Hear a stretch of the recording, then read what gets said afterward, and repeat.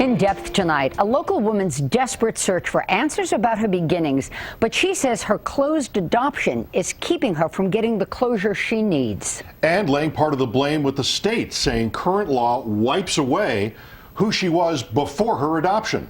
Jessica Layton joined her on this journey as she looks for clues and joins us now with her story. Jess. Guys, Jen Sawicki has been wondering where she came from for almost 30 years now. She's among several adoptees pushing for a new law in New York that would help her start to answer that nagging question.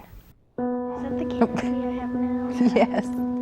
Jen Sawicki sees so much of herself in her 10-year-old daughter. Get pretty sissy. You see pretty sissy?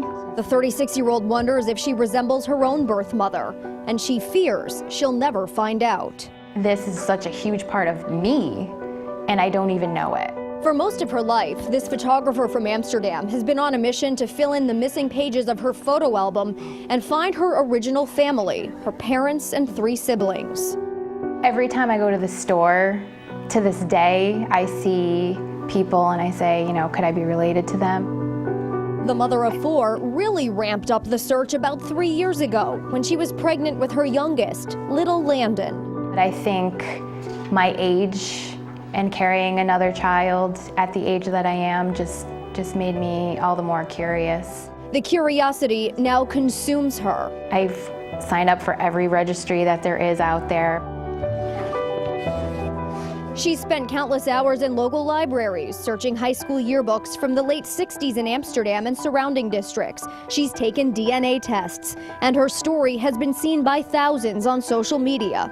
But the journey turns up one dead end after another. She doesn't even have her birth mother's name. I have no information about my heritage, my ethnicity, my medical history. Here's what she does know. She was born September 23, 1978 at Amsterdam Memorial Hospital at 9:29 a.m. Through a few documents, she has learned her father was 27 when she was born and he liked music. Her mom was 25. It says she was an attractive young woman with light blonde hair and blue eyes. Placed in foster care at 7 days old, Jen's adoption became official just before her first birthday. Together, we look through photos of her earliest years. I often think about, like, this baby, who is myself, how did she feel? Jen now feels desperate to get her hands on that original birth certificate. She thinks it would help narrow the search.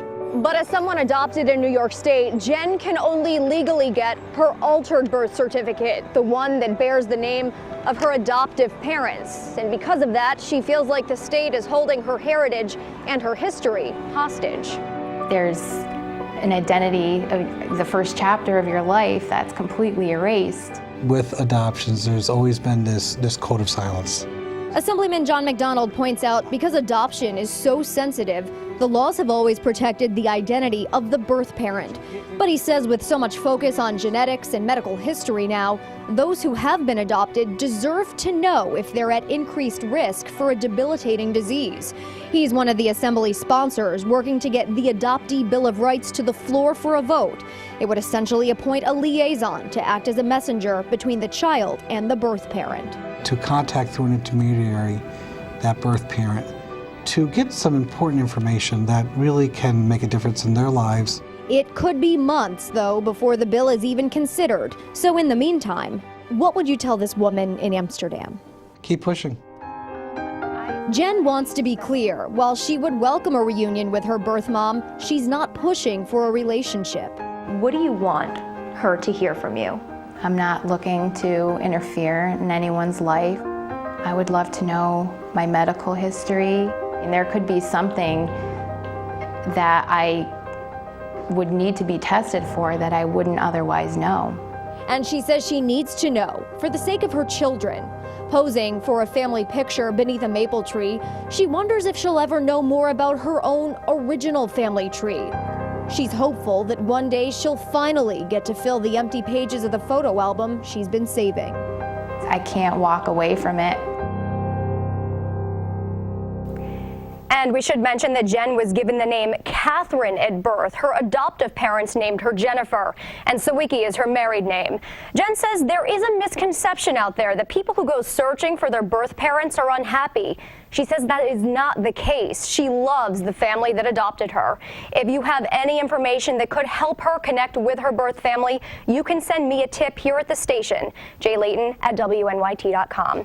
Reporting live, Jessica Layton, News Channel 13. Interesting concept about the intermediary, Jess. That sort of takes the angst out of it. If the birth parent wants to remain anonymous, this intermediary can step in. It still protects the birth parent's identity with giving that adoptee a little bit of information that they're so desperately seeking.